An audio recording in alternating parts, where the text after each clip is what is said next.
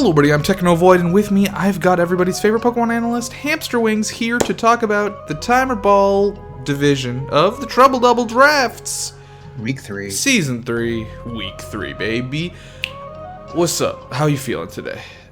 I still have a headache, but I'm okay. That's too bad, man. That's too bad. But you know the weather keeps changing. Every time the weather changes, I get a headache. We play TDD, and everybody counters weather with weather, and it's the worst. Are you Edward Elric? Does your stump hurt? No, it's just pressure headaches. Well, speaking of pressure, there's a lot of pressure on this match between Team Forgeist and ChimiChangle. There actually kind of was. How about it? Yeah, I wanted you to 6-0 him so that we could complete the trifecta of just rolls. Wow. Tell me about it. So his whole thing was like, I know he's gonna run Trick Room.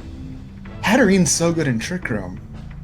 But everything on his team kills Hatterene. Yeah, exactly, right? Yeah. So he didn't bring Hatterene, which I think makes sense. Uh-huh. I think Serena is an interesting pick against me because I have Goodra that's like inherently immune to it. Sure, but you also have stuff like Runerigus. Yeah, but like Runerigus doesn't die unless it's banded, and even if it's banded, it's a roll. Mm-hmm. Bennett is probably a good choice against me. Burning Melmetal, burning Heracross cripples me pretty hard, although I could just not Mega Heracross and get Guts. Ooh, yummy. Which I did think about doing, but I don't think it happened this match. Uh-huh. This wasn't the one. No. Milotic is a pain. I have a lot of coverage for it. Melmetal has Electrium Z. Milotic's a pain in my ass because it and Serena should be switched on the team preview. Goodra has a Thunderbolt for it too. Uh-huh. Alchemy's first match. Alchemy and Heracross's first match. About time. And I think, is it Meloetta's first match? Yes. Yeah. So, I don't know. I want to give myself the advantage in this match, I think, because look at how fast his team is, and I have 2 Trick Room setters. Indeed. He does have Prankster Bayonet, which kind of can ruin my physical attackers, but I'm not overly worried about it. I forgot to do the thing again. I'm a dumbass. Why do you let me do this? Because I don't remember either. Well, why is this allowed? This is unfortunate. Although you've literally never forgotten before this week. I know. There's something wrong with me. I'm losing my touch, dude. Honestly, also, I did not bring all females against him. TDD canceled, man. I'm fucking losing my touch. Let's get into it. What do you think about this matchup? I think... what do I think about this matchup? Well, now you've seen my lead, so now what do you think about the matchup? I think that you have a pretty strong advantage in that you are... The thing is, so his team has Melodic, basically, like, as a tank, and that's basically about it. I feel like everything else he has is, like, frail. Yeah, it's, like, frail and attacky. I feel like your team has a good, sort of balance between strong tanks and strong attackers, and some that are strong tanks and strong attackers. I didn't really think about it, but if Pheromosa dies, how does he kill Goodra? Yeah. It's a good question. Speaking of Pheromosa. Yeah, there's Formosa. It's right there. Formosa. He sees your frisks my Electrium Z immediately. This turn took about 20 minutes. We sat on turn 1 for about, like, 10-20 minutes. That's a bit of an exaggeration. It's a good protect there. Good protect. Yeah, that was a very good protect for me. I think these first 2 turns, I played them, like, super well. Now he's going because now he's going to protect that. I called that protect, and I called the burn again onto Melmetal, so I ally switched, and I'm like, yeah, I'm just going to kill this Bayonet right now. It's like we always say, you know, ally switch, you got to fall for it at least once. Yep, that's the way it is. That's the once right there. So I think those were my magnum opus of Pokemon turns. Now this is interesting because so it goes for protect. Cinderace is definitely like a big threat to Melmetal here, right? Yeah, but there was no way in the world he was attacking. Yeah, especially because you go this first. I got unlucky. I was like, maybe I'll get lucky and I'll just hit both of them. But he brings in Milotic with the Rocky Helmet, and that does so much damage to me. And now me, with my brain, I'm like, dude, Cinderace is a normal type now. It doesn't resist. It's going to die to double Iron Bash. But he ally switches, and I kill myself by hitting Milotic. You gotta fall for it at least once. You sure do. And I mean, Rocky Helmet there is. And now I go for the yawn tech great. on Oranguru, and I flinch Milotic with the double Iron Dash, which is actually like very likely. Alchemy comes out, and I switch out to Goodra. Yeah, what's he gonna do against Goodra? Fucking nothing. Milotic goes for the Helping Hand. I go for the Dazzling Gleam. Take out Milotic, do a lot of damage to Cinderace. Actually. That is a good question. I have a question. What's up? If something dies before the Helping Hand goes off, does it still apply? Yeah. Okay. Because it's dead. How's So it his gonna Helping offer a Hand doesn't hand? matter because I've got a Sash, so Alchemy lives that. And it falls asleep. Yep, Cinderace goes to sleep. He totally forgot about Yawn. Oh, and there's a shiny Meloetta. Whoops. Yeah, don't do that, please. He goes for the Relic Song, takes out Alchemy, switches into the Fighting form. Pirouette! And now Cinderace is dead. Yeah, I definitely wanted Cinderace dead before it woke back up.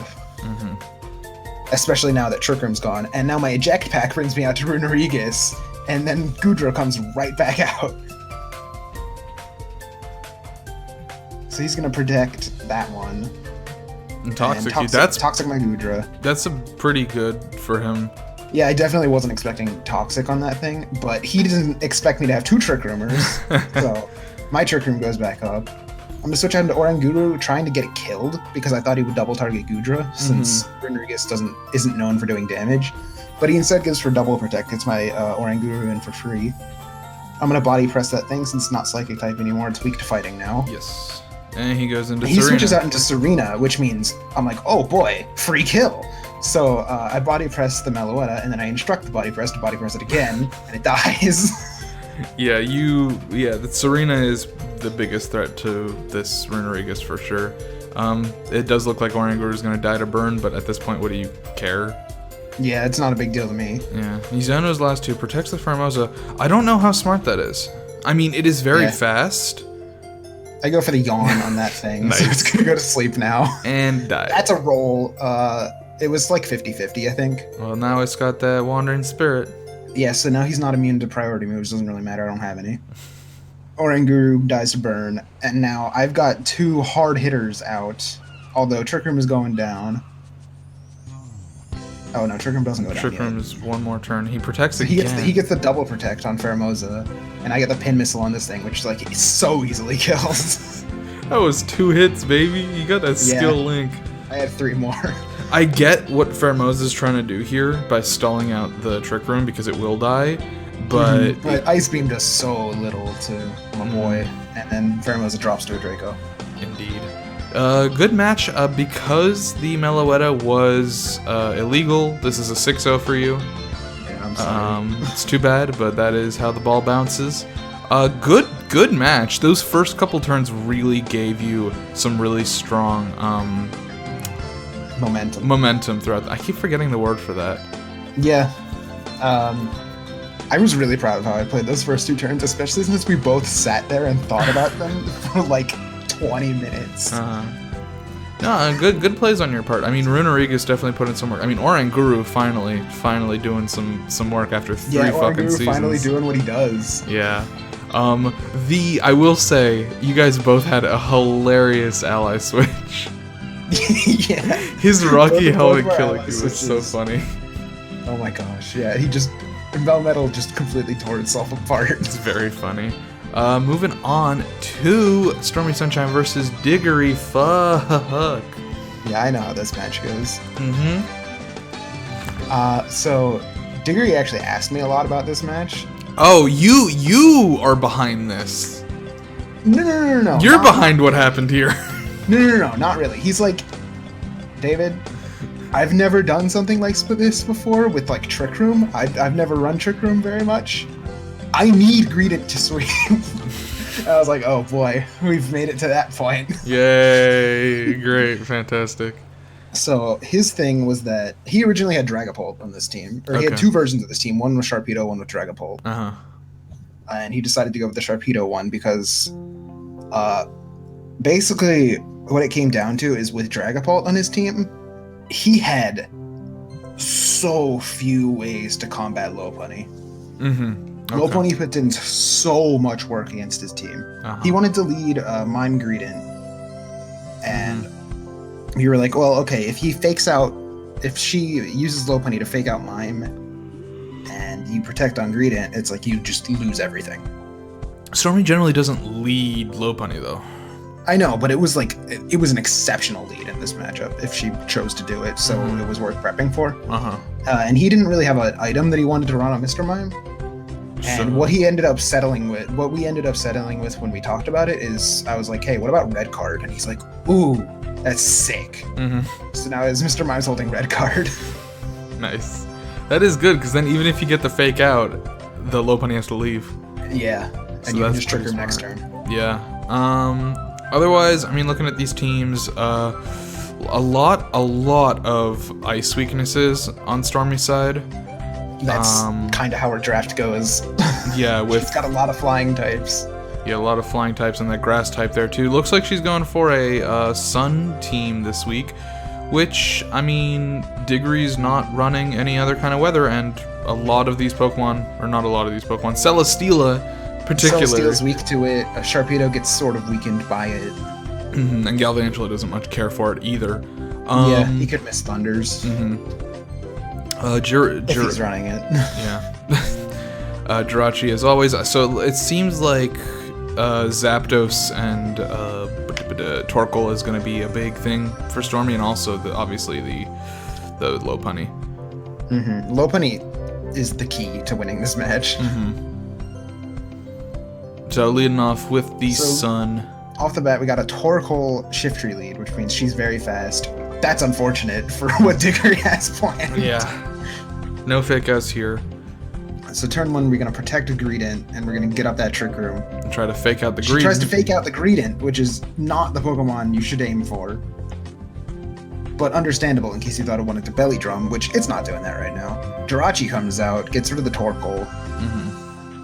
The Trick Room goes up, which means the red card has done its job. It's prevented Lopunny.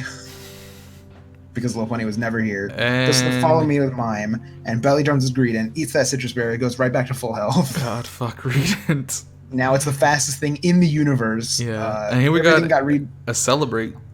Yeah, Z Happy Hour, which you don't want that. Not right now. It makes you quite fast. Well, she wasn't gonna outspeed Greedent anyways. Yeah, no, it doesn't. Yeah. Follow me on Mr. Mime again. Mr. Mime dies. I think that was a roll. Gone. I think that was a roll on Jirachi dying. Possibly. I would believe it. Yeah. Which Torkoal's out here. Diggory's got those nicknames. Yeah. In Stormy's defense, had he used Earthquake and the Jirachi lived, and I don't know if it's a roll or not, but Diggory seemed to suggest it was a roll. At which point, the Follow Me Mr. Mime would have been dead. Jirachi would have been able to hit Greedent at +1. With what? I don't know what it had. Yeah. I don't think anything it had would kill Greedent. Fair enough. I just wanted to make that. This is a critical misplay on both sides. Yeah. Well, yeah, it goes to Diggory absolutely should have protected Greedent here, and Stormy absolutely should have fake out clear smogged Greedent. Yeah. Alas. But the no protect worked out for Diggory. He keeps his momentum, gets an extra turn out of Trick Room that honestly he didn't deserve. But I would have definitely protected Greedent as soon as Lopunny came out, because you can't risk that thing getting flinched when it's your win condition now. The Stonage misses on Greedent. Unfortunate, would not have killed. Yeah. Why go for the Zapdos there? Because Greedent's defense is higher. Okay. Well, because like this one, yeah, as here it has Dragon Tail, so it could have totally phased that out. But again, a pretty self-explanatory play from Diggory there, going for the protect Trick Room there. Unfortunate play from Stormy. Gonna Ice Fang into the thing. It's gonna die. Yeah. Stormy says she wants to die. Low Kick does 14%. Yeah. Well, to be fair, Green's not very heavy. No, he's small, despite his size. He's small despite his size. Yeah. And I mean, look at him. He looks so big. Diggory's Greedent is now the MVP of Timer Ball League, only 2 kills behind Mega Metagross. I hate it. I mean, it doesn't count his team kill, right? No, it doesn't count his team kill. But he got 6 kills, and he got 1 kill last week. Yep. So Greedent, yeah, this is why it's a B tier. This is why we put it in the stupid B tier. Fuck this B tier, stupid Peter Griffin looking ass rat. I hate him. Yeah, a couple of pretty severe misplays on Stormy's part. And again, I do just want to say this for Stormy. Stormy has a tendency to a couple turns into a match just really like give up and like stop thinking. And I think, and I know Stormy doesn't watch the quick ball division, but Stormy, I highly recommend you go watch the post structure versus co-match, because that is a great example of both teams being in really bad There's so much going on in that match that we have a hard time keeping up. It's a good situation of both teams being at a disadvantage at different points in the match, but not giving up, and it ended up working out really well for both players. So I highly recommend watching that. There are ways, if you keep thinking, there are ways to play from behind and get that back. Diggory There's always a way back in until you get crit like 7 times. Yeah, Diggory did not play this flawlessly. He did make mistakes this match, and there were ways to regain that momentum from that gradient. You did miss those chances, though. The fake out clear smog would have turned this whole game into something. It would have flipped it, absolutely. Especially since she didn't lead low punny, so she still had that low punny available to her after the mime was gone. Yeah, she still had a full health low punny to come in when Mr. Mime was gone. Yeah, well, you live and you learn. Stormy, best of luck next week. Next up, we got Technovoid versus Dusk. Alright, so... You're finally chilly, dude. I'm chilly. It took me it took me literally 21 days, but we're here. Or 14 days, or however many days. Looking at this week, I'm saying, look, Dusk, he's got those intimidates. That's fine. I've got anger point. So my strategy this week is to anger point. Anger point, for those who don't know, basically it sets you to +12 and you get crit. Yes, so basically I have Frost Breath on my Toxapex and I have Anger Point on my Camerupt, so I'm not immediately Mega Evolving Camerupt. I'm getting the Anger Point, setting it up to +12 completely, getting rid of any original Intimidates he does to me. Sorry, it gives you +12. It sets you to +6. Yeah, it sets you to +6. Yeah. So like if you are at -6, it still takes you up. It sets you to +6 no matter what.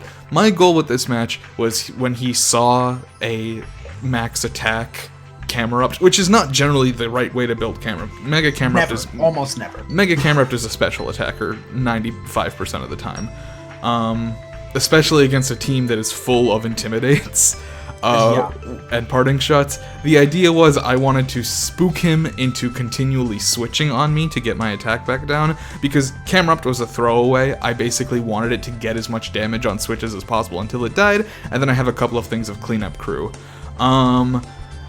Coming in from his side, I believe this is Gyarados' first week in the match. Yeah, I believe so. And so we'll see how that does. Anything else here? Man, I just thought of the coolest thing to do against Dusk, and I want to see if I can do it after this game. What else? So, I mean, Lurantis with a contrary is naturally good here, although Lurantis is naturally bad. So yeah, Lurantis' stats are pretty bad, but like anything boosted can be good. Yeah, so we'll see how that goes. Dusk, why can't you do things in order? Why does it matter so much to you? Just save me time, man. I'm not gonna yell at you, but I'm disappointed in you. You really care about me and my valuable time that little that you can't even fucking put a Moongus in the front? That hurts. That hurts. Do you have anything to say about this match? Not particularly. Yeah. Okay, yeah, I mean, basically, I was hoping that he would continue to do the thing he'd done the past 2 weeks with a bunch of switches, because that's what I wanted. I was just looking to get off as much free damage as possible before my Kamikaze lead just fucking died.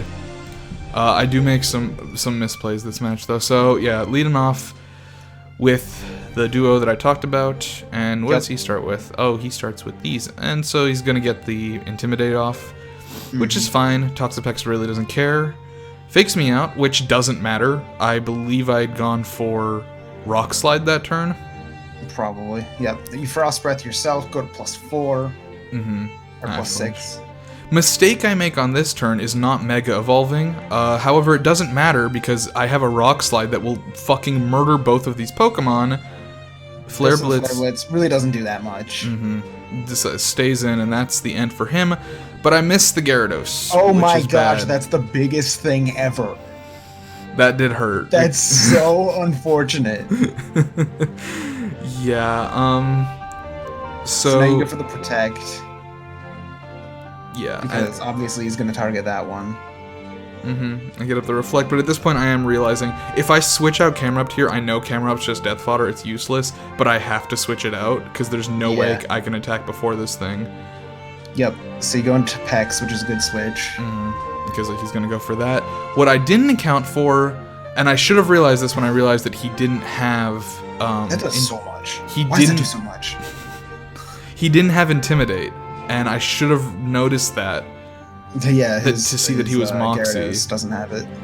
Which means he's Moxie, which means he's going to Dragon Dance, which is really bad because I have basically 2 supports in right now. And you're gonna get up your T-Spikes, which will promptly be absorbed by Amoonguss. Yeah, and the goal with the T-Spikes was I was basically trying to bait out the Amoonguss because pretty much every Pokemon on my team has something super effective on Amoonguss. Right. However, I did make the mistake of letting this Gyarados... It goes right to +2. Yeah, Knockoff doesn't do anything because he's got a Z-Crystal. Yeah, I think he has like Z-Bounce or something. What Z-move does he have? I don't remember. I guess we're about to find out. I think it's Z-Rock. I don't know. Yeah, Continental Crush. Interesting. Okay. Yeah. Takes that Vikavolt out. Makes sense. It is electric type. I had that Vikavolt with Adrenaline Orb to make it fast. Did you have Trick Room on this team? I did not. No? Okay. I did not run Trick Room, which was a mistake. I probably should have. That would have allowed Camera Up to stay in. Only if you had Trick Room and Mental Orb on Gardevoir. Yeah. Because the Air Slash on Amoonguss really doesn't do a lot. I mean, given the Aurora Veil, that does a decent amount. Not really. I mean, I would argue that is not bad. And, I mean, there's nothing I can do. This thing is 2.5 attack, now 3 attack. Gonna go for the superpower on Amoonguss. Yeah. Does nothing because it's a Lurantis that's unboosted, but now it's getting boosted. Yeah, and I have I do have Brick Rake on this team specifically for the Aurora Veil, but I've decided at this point that the defense boosts are more valuable to me because I'm trying to keep up with this Gyarados. Yeah, which makes sense. And here's something I wasn't expecting, and I think I could have turned this around here. I thought I could turn it around here, but I didn't. I was not expecting it to have a double target move. Yeah. So my idea was I double target the thing here. He either has to go for Lurantis or Camera Upped, and the other one can kill. Nah, but he definitely should have run Earthquake. Yes. Did not realize it got Earthquake because it's a flying water monster. That definitely gets Earthquake. I didn't know that a flying water monster would get Earthquake. Why not? It just doesn't seem like the kind of move that would make flavor sense. It's always run Earthquake. I see. Well, I wasn't aware of that. So at this point, I am just trying to basically get Lurantis as strong as possible. At this point, with the Reflect and the 2.5 defense, I am able, and the Leftovers recovery, I am able to take like several pretty good hits. Yeah, it's like actually a pretty tanky Pokemon right now. Yeah. And the Earthquake fucking hurts pretty bad. But now I'm into Toxapex, and this Toxapex is kind of useless this match at this point. Yeah, pretty much. Because its only attacking moves are that Frost Breath, which is not useful because it is min special attack, and Knockoff. That thing does like so little. Go for another Super. I was going to take out that Gyarados, but I mean it's a little too late now. Yeah, because he's got some special attackers in the back. He's got that special attacker right there. Yeah. No, the Rock Slide miss was rather unfortunate. Yeah. One thing I was very worried about was Mega Manectric having Hidden Power Water. Yeah, for Camera Up. Yeah, for Camera Up, which it didn't. He was actually telling me that the Gyarados was his key to his team, and if it died, he'd be in a really bad place. But alas, it goes how it goes. I had originally, I think I switched it to a Life Orb, but originally I had safety goggles on Sigilif for the Rage Powder and the Spore. I ended up switching it off, and it wouldn't matter here anyways. But game is over. He just has too much momentum on me, and at this point, I mean, I just fucking have Toxapex. Literally can't do anything. Yeah. So Ufa on that. I think I played from behind okay. I think I realized that Camerupt needed to leave. Yeah. And Lurantis sort of became my win con. Vikavolt also could have become Which, a win. I mean, Lurantis wasn't really a win con because you knew that it was going to die eventually. I knew it was gonna die to Mega Manectric at some point. Yeah. I had ways of dealing with Amoonguss. Well, not really. I didn't really have a way of dealing with Amoonguss, but I had a way of dealing with Skarmory and Alola Ninetales. Of course, I wouldn't have been able to deal with the Mega Manectric. I think it was max special defense, but I don't think it would have mattered. Amoonguss was a big problem here for me. Right. And yeah, I really did think, I didn't know that Gyarados got Earthquake. I think had it not Most things do. Yeah, I didn't realize that. I really thought that turn he would have to choose between which of my two threats to get rid of. Did not work in my favor. Moving on. I don't even know what rock move he had on that thing. What rock move on what thing? On Gyarados. Yeah, me neither. Probably Stone Edge if we had to guess. Moving on to the last. I just don't feel like it learns that. Well, apparently it learns Earthquake. It's a fucking flying everybody knows water. that. No, how? Why would you know that? Okay, it learns Stone Edge, yeah, and that's the only one. Moving on to Jaws versus Peanut. It's the double Rotoms. They're fighting. We got a third Rotom, but he's in the other division. That's true. What's the call here? Dude, it's Lapras. Yeah, Lapras is here. Lapras is bulky, as is... Jaws has got a lot of bulk on this team. Like, a lot of bulk, like 4 bulk. Yeah, like... 4 Gligar's bulk is not to be underestimated. Yeah, 4.5 bulk. Lapras, Gligar, Tangrowth, Rotom, and Victini can be. This has got bulk. Peanut is looking... I don't think he's in order. Who isn't? Peanut? No, absolutely not. Drapion should be at the end. Yeah, I think Drapion's the only one out of order, though. Yes. What do you think? What do I think? I think Rotom Heat could potentially go in this game. Especially if he decided to run Hidden Power Ice on it, which I don't know. I would have because it's hilarious, but not necessarily. Zeraora doesn't feel like a very useful mod in this match. Zeraora... I mean, what else does he really have? Miltank? I think maybe Venusaur would have been good this match. Whimsicott. I kind of want to see more Sun Venusaur, if I'm being honest. It's like really good. I think Swampert is a good pick here. The Tangrowth notwithstanding, I think Swampert has a lot of options. I just like Swampert in general. Yeah. Like, it's just a very well-rounded Pokemon. I think what a lot of this match comes down to, at least what it looks like for me, is it looks like a lot of hyper offense from Peanut's side. Yeah. And it looks like some offense and a lot of defense on Jaws' side. So if Jaws can basically live a couple of hits, I think he can really just kind of steamroll. Yeah. Yeah, I agree. Appliance Wars. Yeah, a war of the Rotoms. Infinite Crime. There it is. They both got Vriska. Yeah. So Jaws makes a huge misplay here. He brings in Mawile, and then he clicks Earthquake. Yeah, this was a little silly. Yeah, that was a misclick. That hurts pretty bad, because essentially at this point, I mean, Mawile's still pretty good, but... Dude, Salamence came right out. What a great... Yeah, no, that's great work from Peanut just bringing out Salamence early. But yeah, that's a dead-ass... That's a dead-ass Sucker Punch doesn't quite do it. Mawile goes right down.